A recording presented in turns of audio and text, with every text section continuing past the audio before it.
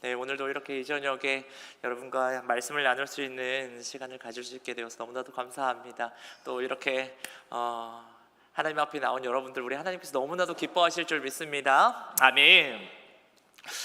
제가 오늘 이렇게 금요기도의 말씀 준비하면서 제 인생을 한번 돌아보니까요, 그래도 참 너무 감사한 게 저는 참 좋은 교회를 만났습니다.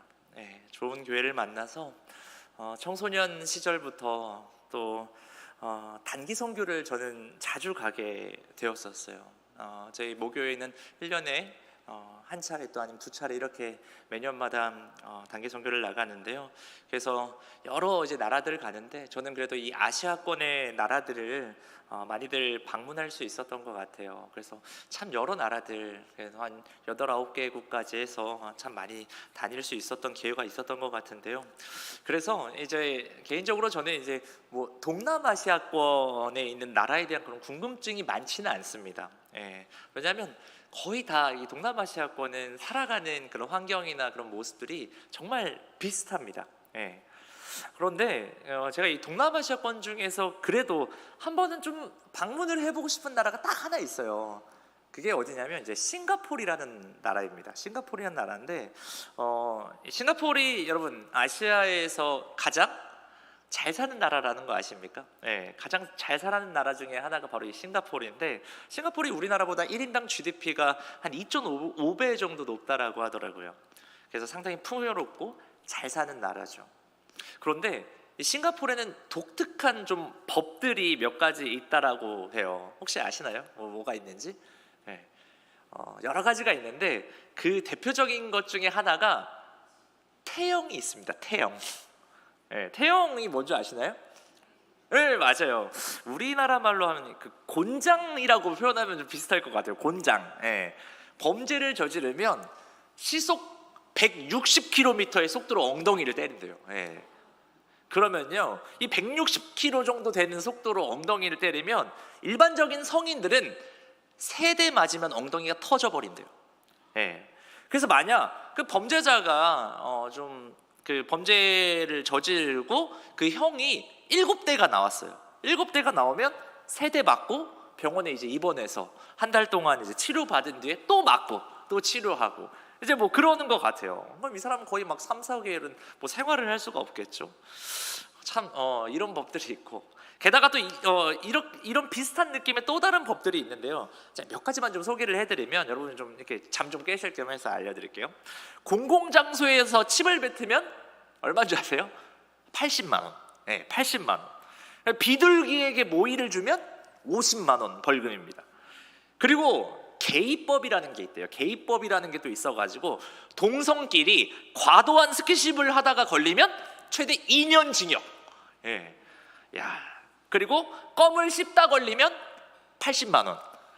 근데 껌을 팔다 걸리면 얼마인 줄 아시나요? 벌금 1억. 팔다 걸리면. 이게 우리나라에 적용하면 이거 엄청 세수가 많이 늘어날 것 같은데, 거기에 또 재밌는 것들이 되게 많아요. 남의 와이파이를 쓰다가 걸리면 최대 3년 징역형입니다. 와이파이 남의 거 쓰면 큰일 납니다. 그리고 또 이런 것도 있어요. 자살 시도하다가 걸리면 최대 1년 징역. 그리고 공중 화장실에서 사용하고 물 안 내리고 가면 최대 40만 원 벌금 되는. 우리나라도 이것 좀 적용했으면 좋겠어요. 아무튼 되게 재밌는 법들이 많죠. 좀 이런 이야기들 들어보니까 어떠십니까? 우리 좀 그런 나라에 살고 싶습니까? 난 좀 저런 나라는 별론 것 같다. 우리 우진이는 어떤가요? 너무 괜찮은 것 같아요? 우리 한국이 좋다라고 이렇게 말은 하는데요. 뭐 어떤 것은 필요해 보이기도 한 법인 것 같아요. 그리고 좀 어떤 것은 이거 좀 너무 과한 거 아닌가라는 생각이 들 수도 있는데요. 하지만 여러분이 싱가포르 국민이라면 싫어도 이 법을 다 지켜야 됩니다. 우리도 대한민국 국민으로 살아가려면 대한민국의 법을 준수해야 하고 헌법을 지켜야 되는 거잖아요. 동의하시죠? 마찬가지로 오늘 본문에 나오는 이 이스라엘 백성들도 똑같은 겁니다. 그들은요, 하나님이 택한 백성들이었고 그들은 오늘도 나오지만 이 만군의 여호와를 섬기는 나라였습니다. 그러기에 그들은 하나님 나라의 백성으로서 하나님께서 만들어 놓으신 법을 반드시 지켜야 될 의무가 있었습니다. 그래서 하나님은 이들에게 오늘 말씀하시는 거죠. 오늘 본문 말라기 4장 4절 우리 함께 한번 읽어봤으면 좋겠습니다. PPT 한번 띄워주시고요. 한번 읽어볼까요? 시작! 너희는 내가 호렙에서 온 이스라엘을 위하여 내 종 모세에게 명령한 법, 곧 율례와 법도를 기억하라. 아멘. 혹시 이제 이 말씀을 읽고 이렇게 생각하시는 분도 있을 수 있어요. 하나님 말씀에 기억하라 하셨으니까 그냥 기억만 하면 되는 거 아닌가? 네. 그렇게 생각하시면 안 됩니다, 여러분. 왜냐하면 아까 여기 우리가 읽었던 기억하라라는 이 표현은요, 구약에서 51번 나오는 단어거든요. 근데 이 단어가 그냥 단순히 까먹지 말라라는 의미가 아니에요. 우리 부모님들 한번 생각해 보시면요, 우리 아이들에게 이렇게 교육합니다. 누구야? 신호등이 빨간불일 때는 절대 건너가면 안 돼. 꼭 기억해야 돼. 빨간불일 때는 건너가면 안 돼. 네. 그렇게 말을 했어요. 이 말은 그냥 기억만 하라는 말입니까? 아니잖아요. 네. 이 말은 강력한 실행을 강조하는 말이거든요. 그런데 이 기억하라는 말을 단순히 그냥 까먹지 말라라고 생각하고 그냥 가볍게 여기게 되면 어떻게 되죠? 목숨을 잃을 수도 있는 위험한 상황이 벌어집니다. 예. 마찬가지로 하나님께서 기억하라고 하실 때는 반드시 그대로 실천하라는 그 뜻이 담겨져 있는 거예요. 예. 그런데 이 이스라엘 백성들이요, 이 하나님의 말씀 잘 들었을까요? 듣지 않았을까요? 예. 잘 듣질 않았습니다. 거기 이스라엘 백성들은요, 말을 안 듣는 것에 그치는 게 아니라 하나님을 무시하고 능멸하고, 이 말라기 전체 내용을 보면요, 하나님과 막 논쟁해요. 이스라엘 백성들 이제 막장으로 가는 거죠. 이제 막 나가는 거예요. 그 모습이 나오는데 우리 앞에 PPT 한번 띄워주시고 제가 한번 말라기 전체 내용을 한번 정리하면서 어떻게 논쟁하는지를 좀 가져와 봤는데 잘 정리되어 있는 게 있어가지고 잘 안 보이시겠네. 큰일 났네. 말라기 이제 1장에서 보면요, 제가 한번 그 말씀을 드릴게요. 이들이요 참 뭐라고 말을 하냐면 하나님 우리 안 사랑하신다. 네. 하나님 우리 안 사랑하시잖아요. 그렇게 말을 해요. 그러니까 하나님이 이렇게 대답을 해서요, 내가 야곱을 은혜로 택한 것처럼, 에서와 야곱 중에 에서는 미워하고 야곱은 사랑하신다 그랬잖아요. 이게 왜 그러신 거예요? 아무 조건 없이 너희를 택해서 그냥 사랑한 거예요. 네. 이유가 없어요.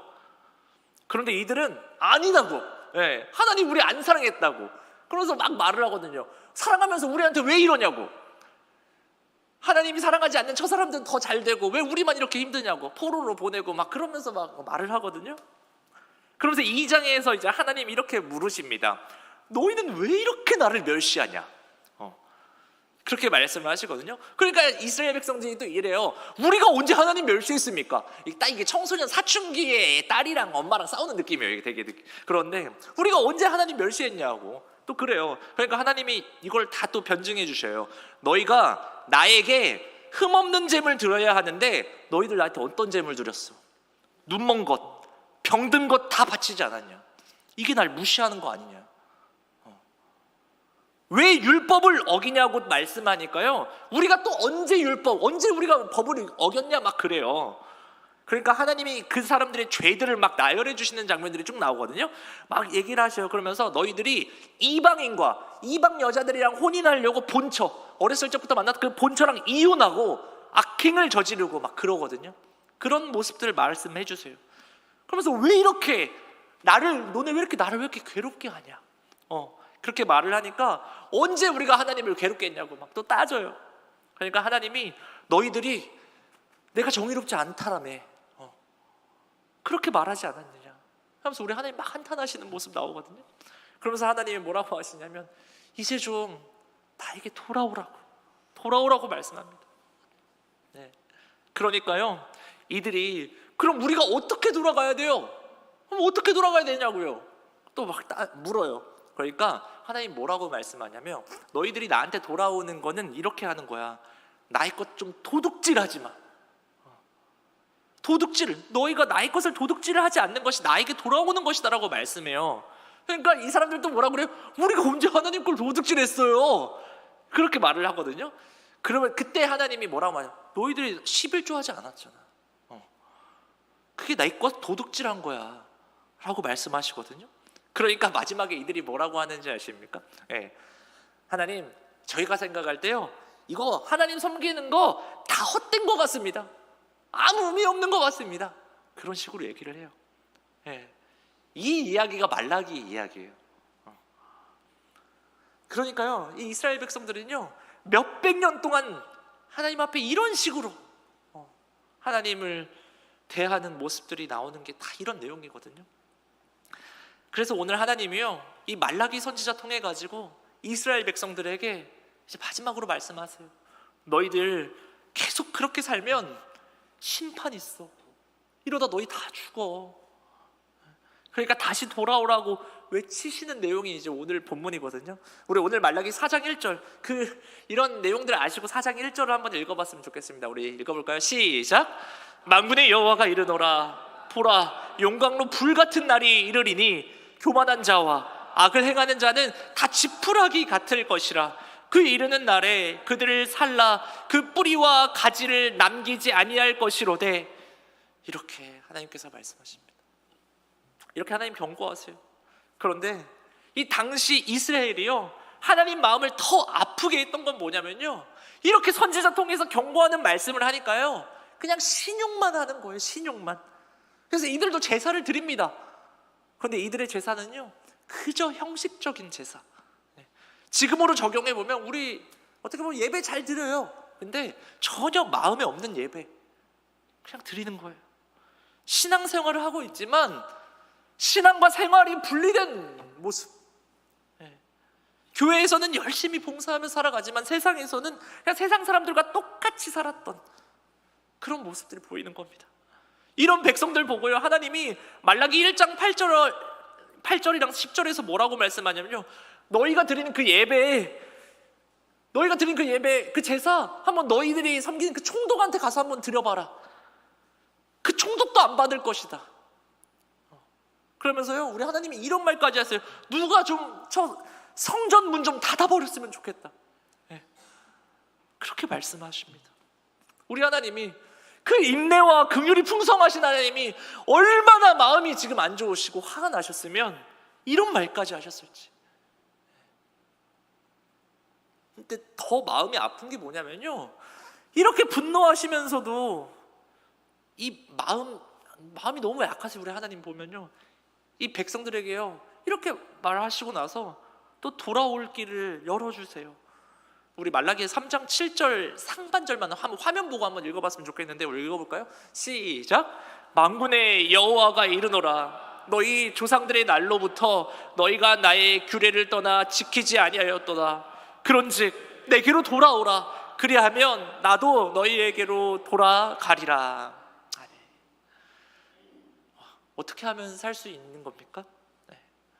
여호와께 돌아가는 이 방법을 또 말씀을 해주시고 계세요. 그냥 심판하면 되시는데.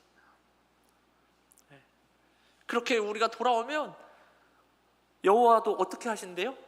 다시 우리한테 또 돌아오신대요. 참, 이게요, 여러분, 이게 무슨 하나님이고 신이시고, 이게 다른 종교를 믿는 사람들이 우리 하나님 보면요, 다 욕할 것 같아요.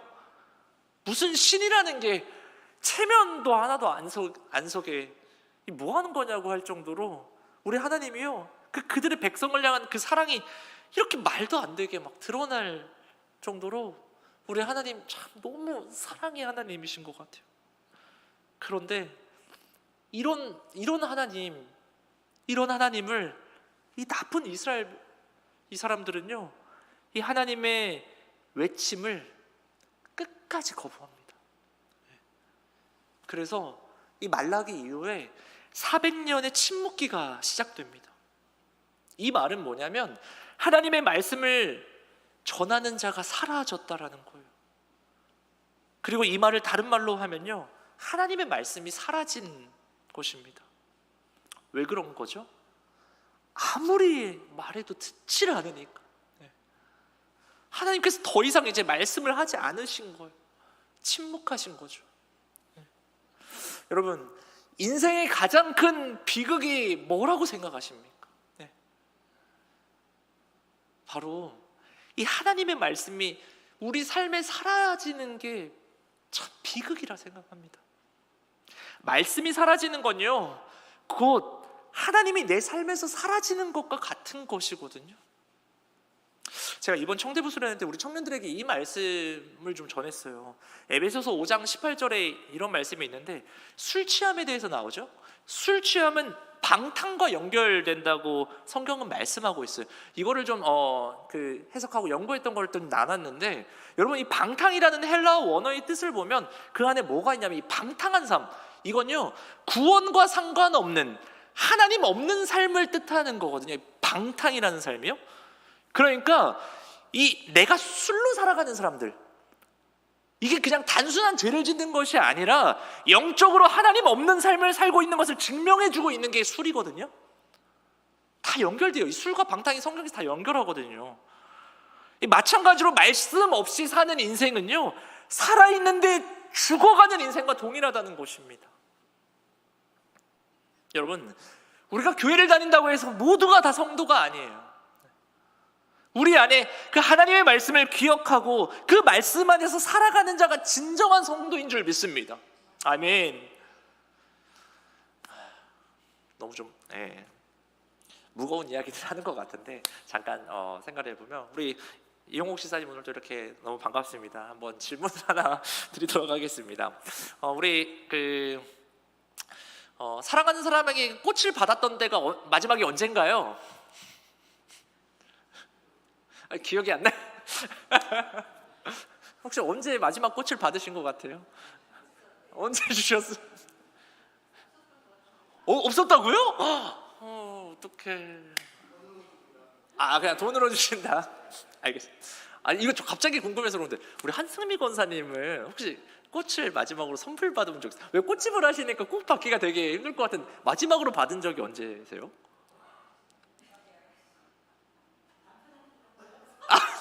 우리 왜 그래요? 우리 어떻게 큰일 났네. 우리 이렇게 그렇군요. 우리 정윤정 지사님은 언제 받으신 적 있어요? 많이 받으실 것 같아요, 정윤정 지사님. 많이 받으셨다고 합니다. 다행이네요. 마지막으로 언제 받으셨어요? 애들한테 받았대요. 질문 잘못한 것 같은데. 알겠습니다. 네. 어쨌든 여러분, 큰일 났네. 기억나지도 않으시겠지만, 이제 기억나시지도 않으시겠지만, 그래도 꽃을 받아본 경험이 있으신 분 있잖아요. 네. 근데 너무 좋지 않으셨어요? 그래도 받으신 분들. 그죠? 좋았죠. 우리 한경자 이사님 있을 것 같은데 언제예요? 생일날 받으셨죠? 어땠어요? 너무 행복하고 너무 좋았잖아요. 너무 좋았잖아요. 그런데 여러분, 이걸 우리가 MBTI라는 그런 성향이 있잖아요. MBTI는 기질이 있는데, 그 T적 그런 감수성이 많이 없는 그런 기질의 성향으로 이것을 한번 생각을 해보면, 그 꽃 받는 거 너무나도 기분 좋고 좋은데, 그냥 이 꽃 팩트만 보면 이 꽃은 여러분 죽어 있는 상태잖아요. 꽃이 죽어 있는 겁니다. 왜 죽어 있죠? 맞습니다. 잘려 있기 때문에 이거는 이제 시들고 죽게 됩니다. 마찬가지로 예배를 드리고 있는 우리들의 모습이 이렇다라는 거예요. 어떻게 보면 겉으로 봤을 때는 되게 화려하고 괜찮아 보이고 이 아름다워 보이는 꽃 같지만, 실제로는 죽어 있을 수 있다라는 겁니다. 왜요? 이 그리스도인들이요, 말씀이 없으면 죽어 있는 거예요. 말씀이 내 삶 속에서 작동하지 않으면요, 우리 죽어 있는 겁니다. 예배를 드려도, 교회에서 이것저것 봉사해도 말씀이 없는 삶은 죽어 있는 겁니다. 그래서요, 우리 담임 목사님께서도 이번 수요 예배 때 우리 그리스도 예수의 좋은 일꾼 되기 위해서 강조하신 게 뭐였죠? 이번 주에? 양육이라는 표현을 쓰셨죠. 양육. 근데 여기서 더 중요한 게, 어떻게 양육되어야 돼? 우리 교회에 딱 양육 훈련 뭐만 있다 그랬어요? 성경 통독반. 하나님의 말씀을 양육되는 것이 너무나도 중요하다고 말씀을 하셨는데, 제가 왜 이 말씀을 성경 통독반 아무도 신청을 안 했어요. 한 명도 없어요. 어쨌든 그럴 수 있습니다. 어쨌든 우리 11월 1일에 무슨 일이 있죠? 11월 1일에 지금 저희가 임직식을 준비하고 있는데요. 우리 피택자분들 고생하십니다. 정말 할 것도 정말 많으시고 매주 숙제가 너무나도 많으시죠. 예. 그 숙제 중에 하나가 뭐가 있냐면 큐티 하는 게 있습니다. 그리고 다들 매일 성경 사시지 않았습니까? 많이 힘드십니까 여러분? 네. 그런데 여러분 이 큐티, 이 말씀 묵상은요 우리 그리스도인들에게 아주 기본 중에 기본인 거예요. 네. 우리가 수요일 말씀에서도 영양제 먹는 거 되게 막 중요하다 이게 말씀하시고, 근데 그거는 영양식품인 거죠. 뭐가 가장 중요해요? 이 영양제 먹는 거보다? 맞아요. 밥을 먹어야 된다고 말씀하셨어요. 네. 우리가 매일 이 새끼 밥을 먹는 게 우리의 생존을 위해서 매우 중요합니다. 네. 마찬가지로 우리의 영혼도 이 말씀을 먹어야 생존할 수 있는 거거든요. 그래서 우리 아이들 가장 먼저 시키는 훈련이 뭐냐면 이 밥 먹는 훈련이거든요. 마찬가지로 우리 영혼을 위해서 이 말씀을 먹는 거, 이 생존하기 위해서 가장 기본적인 훈련이에요. 그래서 매주 우리 피택자 교육할 때 체크하시는 거예요, 담임 목사님. 네. 왜 그렇게 하느냐면 영양검사 하는 거예요. 영양검사. 네. 여러분들 영양실조 걸리면 안 되니까 계속 체크하는 거예요. 네. 거기에 대해서 교회에서 직분을 받았는데, 직분 여러분 왜 받습니까? 왜 받아요? 일하려고 받는 거예요. 일하려고 받는 겁니다. 섬기려고 받는 겁니다. 그렇게 교회에서 일은 많이 하는데 그 안에 말씀은 없는 그런 삶을 살지 않기를 너무나도 바라시기 때문에 이 말씀 훈련을 계속적으로 시키는 거예요. 네. 마찬가지로요, 이거 뭐 담임 목사님이 뭐 그냥 자기 방법대로 하는 것 같습니까? 아니에요. 다 성경 보고 하는 겁니다. 하나님께서도요 이스라엘 백성들 광야에서 40년 동안 어떤 훈련 시키신 줄 아십니까? 이 훈련 시키셨어요. 어떤 훈련이냐면 신명기 8장 3절 한번 읽어보도록 하겠습니다. 신명기 8장 3절 읽어보겠습니다. 시작.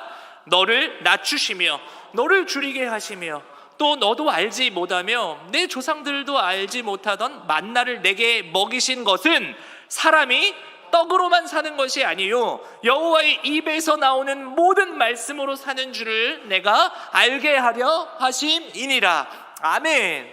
여러분 광야에는요 거의 대부분이 직업이 거의 없었어요. 다 백수예요, 백수. 그들이 무슨 뭐 직장이 있었습니까? 뭔 일을 했습니까? 소득도 없었습니다. 이곳에서 어떻게 살았죠, 이 사람들이? 하나님이 다 먹여 살리셨어요. 네. 하나님이 그거 훈련시키신 겁니다. 너희들 나만 의지하면, 나만 신뢰하면, 나만 붙들면 살 수 있다. 여러분, 우리는 이 물질을 너무나도 중요하게 여깁니다. 돈이 너무 필요하죠. 그래서 돈을 위해서 기도도 합니다. 실제로 돈이 있어야 되죠. 그런데 성경은 계속해서 우리한테 말씀하시거든요. 뭐라고 말씀하십니까? 돈 없어도 살 수 있다. 물질 없어도 너네 다 살 수 있다. 하나님만 믿고 그 하나님만 의지하면 살 수 있다. 이것을 계속 강조하시고 가르치고 계셔요. 우리 예수님도 그러죠. 들에 백합화 봐라. 다 누가 먹이시고 키우십니까? 여러분, 우리 신앙에서 가장 중요한 것은 이 하나님의 말씀인 줄 믿습니다. 아멘. 말씀이 없으면요 살아도 사는 것이 아니에요. 지금 이스라엘 문제가 바로 이런 것이었습니다. 그들은요 말씀을 거부했습니다. 그 결과 이 400년간의 암흑기가 찾아오게 됩니다. 오늘 본문이요 구약 성경의 마지막 말씀이에요. 이제 이 말씀으로 구약 성경이 끝납니다. 그리고 이제 신약 복음서로 넘어가게 되는데요, 이 신약이 오기까지 몇백 년의 공백기가 발생했다고요? 400년. 예, 맞습니다. 400년이라는 시간. 여러분 400년이 우리 말같이 쉽습니까? 우리 4년도 힘들고 4개월도 힘든데 400년이라는 이 시간. 예. 왜 이런 시간들이 있었을까요? 그건요 말씀이 없으니까 심판이 온 겁니다. 이 400년이라는 시간 자체도 너무나도 이게 되게 무겁고 무서운 건데 그 심판의 강도가 더 무서운 걸 볼 수가 있는데, 오늘 본문 말씀 4장 6절 한번 우리 후반부만 화면 보면서 한번 읽어볼까요? 시작. 너희가 돌이키지 아니하면 두렵건대 내가 와서 저주로 그 땅을 칠까 하노라 하시니라. 아멘. 여기서 6절 하반부에 보면요, 저주로 그 땅을 칠까 하노라라고 하는 말씀이 저기 앞에 보이시죠? 여기서 이 저주라는 단어가 히브리어 이제 헤렘이라는 단어를 썼어요. 헤렘이라는 단어를 썼는데 이 헤렘이라는 단어가 정말 무서운 단어예요. 네. 이 헤렘이라는 단어가 무슨 뜻이냐면 영어로는 destruction이라고 해서 파멸이라는 그 뜻을 가지고 있는데요, 성경에서는 진멸이라고 번역되기도 합니다. 이스라엘 백성이 가나안 땅에 들어갈 때 첫 번째로 어떤 성을 공략했죠? 공격해서 무너뜨렸죠? 여리고성. 네, 여리고성 아시죠? 여리고성을 공격했을 때 그때 하나님께서 이 여리고를 뭐 하라 그랬었죠? 진멸하라 그랬어요. 진멸. 네, 여기서 썼던 그 진멸이 바로 헤렘이라는 단어예요. 이스라엘의 전쟁은 두 가지 전쟁 종류가 있는데, 첫 번째가 뭐냐면 일반적인 전쟁이 있었어요. 우리 일반적인 전쟁은 뭐냐면 전쟁에서 승리하면 그 사람들, 거기에 있던 사람들을 노예로 삼기도 하고요. 그럼 거기에 있었던 그 물품들을 약탈해가지고 자기들의 전리품으로 갖는 전쟁, 그게 일반적인 전쟁입니다. 그리고 둘째가 이제 헤렘 전쟁이라는 게 있는데, 이 헤렘 전쟁은 어떻게 하는 거예요? 모든 생명체를 다 죽이는 전쟁이에요. 대표적으로 여리고성 무너뜨렸을 때 전쟁이 이 헤렘이었고요. 사울이 아말렉과 전쟁할 때 있잖아요. 아말렉과 전쟁할 때 그 하나님이 헤렘하라고 하셨어요. 헤렘. 그런데 사울이 어떻게 했어요? 헤렘 안 하고 거기에 있는 좋은 것들 남겨가지고 어떻게 했어요? 하나님께 제사 드린다고 해가지고 남겨놓고 있었어요. 그렇게 하다 하나님께 버림받았습니다. 이 헤렘이요, 어린 갓난아기부터 짐승까지 모든 생명체를 다 죽이는 전쟁이거든요. 이게 너무 잔인해요. 그래서 우리가 이 헤렘이라는 하나님의 모습 때문에 이게 되게 다른 종교들과 그런 사람들의 공격을 엄청 받아요. 이 부분 때문에 저희 기독교가. 이게 정말 무서운 단어인데요, 하나님이 왜 이런 명령을 하시고 왜 이런 장면들을 성경에 다 기록하셨을까? 왜 그러냐면 그건요, 그 하나님을 거부한 자들, 하나님 앞에 불순종하고 하나님의 말씀이 없는 자들의 결과가 어떠한 것인지를 보여주기 위해서 이 잔인한 모습을 적나라하게 성경에 드러나게 하신 것입니다. 이게 너무 무서운 단어예요. 무서운 일이고. 그런데 이 헤렘이 오늘날 누구에게 오냐? 바로 말씀 없이 살아가는 인생들에게 온다는 걸 말해주고 있는 것입니다. 여호와께 돌아오지 않는 자의 그 최후가 이거라는 거예요. 헤렘. 우리도요, 이렇게 함께 교회 다니고 이렇게 함께 신앙생활 했는데 하나님 없이, 그냥 말씀 없이 그렇게 살아가고 늘 죄 가운데 있는 인생들이요, 그 헤렘이 임한다라는 걸 우리 하나님 경고하시는 겁니다. 우리가 좀 스스로를 점검해 봤으면 좋겠습니다. 우리들의 인생에 헤렘이 임한다면 이게 얼마나 무섭겠습니까? 저는 근데 우리도 그러지만 혹시나 내 자녀에게 이런 헤렘이 찾아온다면 이게 얼마나 비극적인 일입니까? 저는 이것만큼 너무 끔찍한 건 없어요. 정말 상상하기도 싫은 일인데요, 여러분, 우리 하나님이요, 공의로운 하나님이신 줄 믿습니다. 아멘. 죄에 대해선 용납하시지 않는 하나님이세요. 정말 너무나도 무서운 말이거든요. 그런데 너무나도 우리 이제 인간으로서는 정말 이해할 수가 없고, 이 논리적으로도 되게 설명이 잘 안 되고 그런 일들이 나오는 게 성경이에요. 이게 뭐냐면, 오늘 이제 이런 말씀들이 있는데 또 이 말씀 안에 조금 더 자세히 이 말씀들을 들여다보면요, 너희들 심판하고, 겉으로 봤을 때 너희들 심판하고 헤렘으로 너희 다 끝내버릴 거야, 그렇게 말씀하셨으면 그냥 끝내버리시면 되거든요. 그런데 우리 하나님이요, 너무나도 사랑의 또 하나님이세요. 이분이 마음이 또 엄청 약하세요. 그래서 또 뭐라고 말씀하시냐면요, 오늘 본문 이제 4장 5절에서 우리 6절 중반부까지만 화면 보면서 한번 읽어봤으면 좋겠는데요. 한번 읽어볼까요? 시작. 보라, 여호와의 크고 두려운 날이 이르기 전에 내가 선지자 엘리야를 너희에게 보내리니 그가 아버지의 마음을 자녀에게로 돌이키게 하고 자녀들의 마음을 그들의 아버지에게로 돌이키게 하리라. 아멘. 그렇다면 여기서 엘리야가 누굴까요? 네. 구약을 대표하는 선지자, 여러분 엘리야 아시죠? 넘버원 선지자가 바로 엘리야입니다. 우리 지금 비전 새벽기도 때도 그렇고 우리 새벽기도 때 계속 열왕기상 이제 오늘 이제 끝났는데 우리 계속 등장하는 그 엘리야. 네. 이 엘리야는요 죽음을 겪지 않고 하늘로 직행한 사람입니다.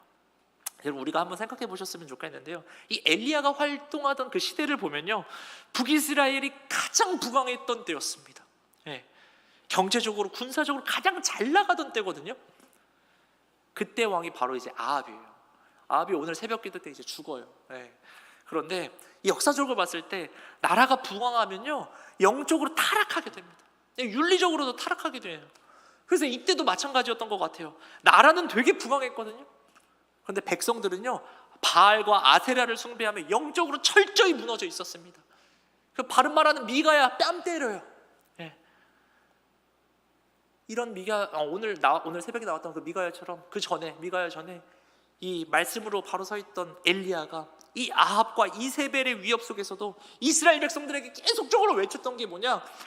여호와께 돌아가자. 우리 회개하자. 다 한 사람 그렇게 외쳤어요. 그런데 오늘 성경이요 그 엘리야가 다시 올 것을 말씀하고 있습니다.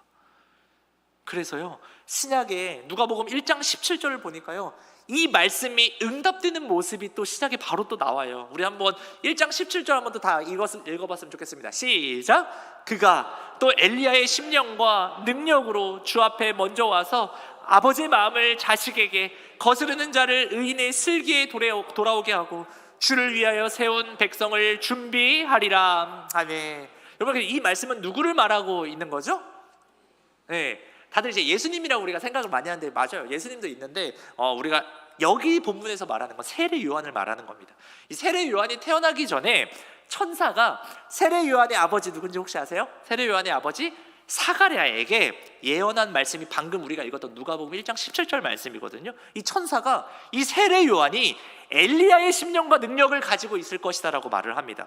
그러니까 아까 우리가 봤던 이 말라기 4장 6절에서 말해주고 있는 그 선지자 엘리야는 세례 요한으로 보는 게 맞아요.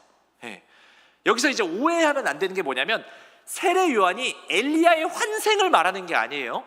우리 기독교는 환생을 말하지 않습니다. 환생 없어요.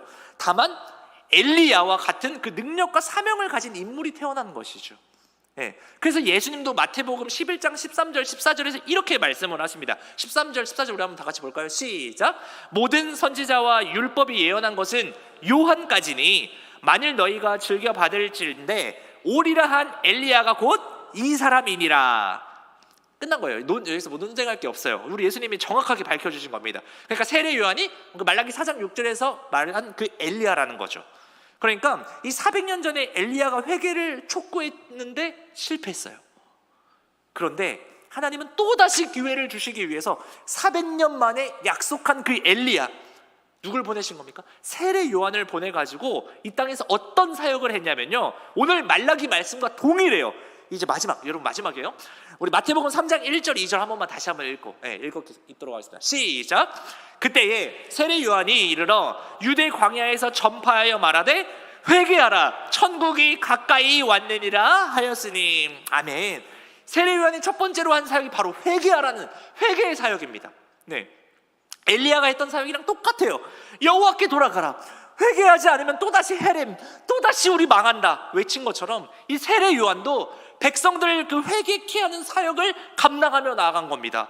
그리고요 2000년이 지난 지금 오늘 우리도 어떤 사역을 하냐면 이 회개의 사역들, 우리 어떻게 보면 이 사역자, 우리 말씀 전하는 자들이 회심의 사역들도 하는 거예요. 회개케 하는 그런 사역들을 하는 겁니다. 왜 그러냐면 하나님이 우리가 돌아오기를 원하시니까요. 지금 여러분 우리가 살 길이요 경제 회복이 아니에요. 지금 우리가 붙들 것은요 그런 물질의 축복이 아닙니다. 바로 우리가 하나님께 돌아가는 것인 줄 믿습니다. 아멘. 우리들의 가정에서 지금 필요한 것도 마찬가지예요. 우리 자녀가 공부 잘하고 좋은 대학 가는 거 아니잖아요. 우리들의 자녀가 하나님께 돌아오는 것인 줄 믿습니다. 아멘. 여러분 세례 요한 2가지 사역했습니다. 어떤 사역했는지 우리 PPT 보면서 한번 따라했으면 좋겠는데요. 첫 번째 회개를 선포하는 사역. 자, 두 번째 주의 길을 예비하는 사역. 아멘. 제가 왜 이걸 따라하라고 했냐면 여러분 세례 요한은요 예수님의 친척이었고 예수님보다 6개월 먼저 태어났거든요. 그리고 이렇게 말을 해요. 나는 주님의 길을 예비하기 위해 이 땅에 온 것이다. 그러면서 요한복음 1장 23절에서 세례 요한은요, 자신을 광야에서 외치는 자의 소리라고 소개를 합니다. 이 말씀이 구약 이사야 40장 3절에 예언된 그대로인데요, 그가 이렇게 고백을 해요. 나는 그냥 소리에 불과해요. 나는 그냥 있다가 사라지는 존재입니다. 나는 아무것도 아닙니다. 다만 구원자 되신 예수 그리스도의 길을 예비하는 자입니다. 그렇게 말을 하거든요. 그래서 예수님께서도 이 모습을 너무나도 귀하게 여기셔서 여자가 낳은 자 중에 세례 요한보다 큰 자가 없다라고 말씀하시잖아요. 그 정도로 우리 예수님 너무나도 기뻐하시는데, 저는요, 우리 교회가 이 세례 요한의 모습을 담기를 소망합니다. 아멘. 하나님께서 교회를 세우신 이유가 무엇입니까? 이 땅에 방황하는 그 수많은 영혼들이 주님께 돌아오도록 하기 위해 우리 큰빛교회를 세우신 줄 믿습니다. 아멘. 교회는요, 영혼들이 돌아오는 곳이어야 됩니다. 그리고 세례 요한이 뭐 했습니까? 아까 두 번째, 주의 길을 예비하는, 길 닦는 사역을 했어요. 여러분, 역사를 보면 강대국들의 특징이 있는데요, 나라가 발전한 나라들의 특징이 뭐냐? 그들이 길을 잘 닦았다라는 것입니다. 2000년 전 로마가 이미 고속도로를 만들었어요. 그래서 여러분도 다 아시겠지만 모든 길은 다 로마로 통한다라는 말이 있죠. 거기에 미국도요, 그 66번 고속도로를 만들어가지고 서부를 개척했고, 우리나라 경부고속도로 생기면서 나라가 크게 발전했습니다. 길이 뚫리니까 열리고, 길이 뚫리니까 발전하게 됐습니다. 그런데 반대로 어떤 나라는요, 성을 쌓아요. 성을 만리장성 쌓고 천리장성, 이런 성을 높이 쌓았지만 결국 그 나라는 폐쇄적인 나라가 되어서 발전하지 못하는 걸 볼 수가 있는데요, 무슨 말을 하고 싶냐면 교회도 마찬가지인 거예요. 길을 만드는 교회가 있고 성을 쌓는 교회가 있다라는 거예요. 성을 쌓는 교회는요, 안전해요. 안에 있으면 부족함이 없습니다. 그냥 건물 멋지게 짓고 시설 확충하고 우리끼리 예배 드리고 우리끼리 즐겁게 그냥 모임하고 너무 좋아요. 그런데 거기서 끝나면요, 그냥 성 쌓는 교회인 거예요.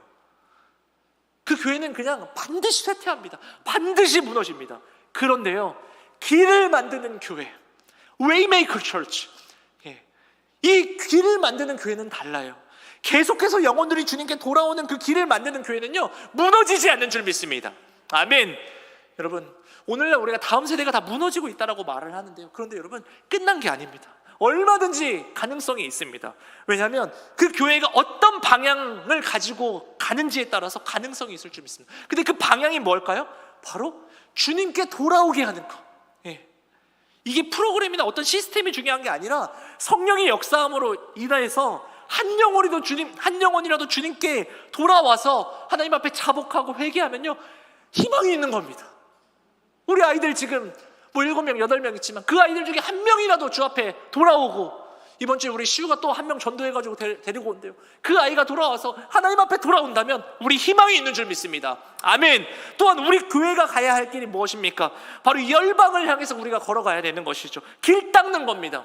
수많은 영혼들이 주님께 돌아오게 하는 것, 그 일이 뭡니까? 우리가 선교하고 전도하는 것입니다. 교회는요, 선교하고 전도해야 살아가는 겁니다. 살 수 있는 겁니다. 그런데 우리 요즘 선교사님들 이야기 들어보면요, 선교사로 헌신하는 사람이 없습니다. 한국교회 자기들 살기 바빠가지고 선교에 관심이 없어지고 있습니다. 거기에 선교사님들 다 고령화되어 가지고 있어가지고요, 정말 앞으로 10년 뒤면 60, 70%가 다 은퇴하셔야 돼요. 그렇게 되면 선교사역 이어갈 수 있는 사람이 없습니다. 전문적으로 훈련받은 선교사님께서 선교의 사역을 맡길 수가 없는 세대가 이제 됐습니다. 그래서 우리가 직접 해야 돼요.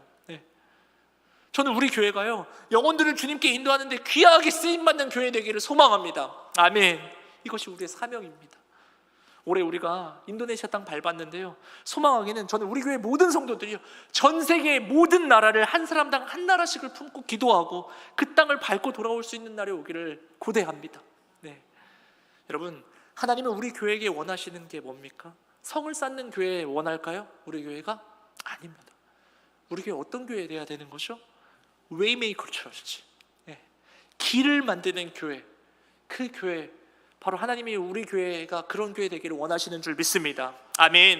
그래서요, 우리 공동체를 통해, 우리 큰빛교회를 통하여서 영혼들이 주님께 돌아오고 그들이 주님 앞에 자복하고 회심해서 주님 안에서 회복하는 그 교회, 우리 교회가 되기를 소망합니다.